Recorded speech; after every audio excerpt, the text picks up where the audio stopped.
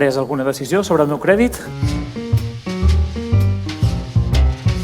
Jo no podria fer-hi res, perquè vostè no compleix les condicions perquè se li pugui concedir aquest crèdit.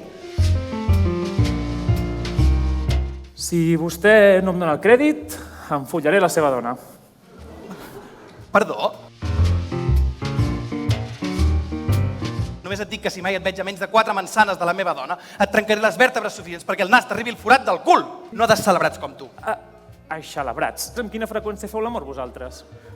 Doncs amb la freqüència que a mi em surt dels collons i a la meva dona de la clenxa de la figa. El cara et diré, no té cap mèrit, però mai et donaré el crèdit. Quin cony de dubte et queda encara? És que tinc la sensació que ho dius amb la boca petita. No hi ha crèdit!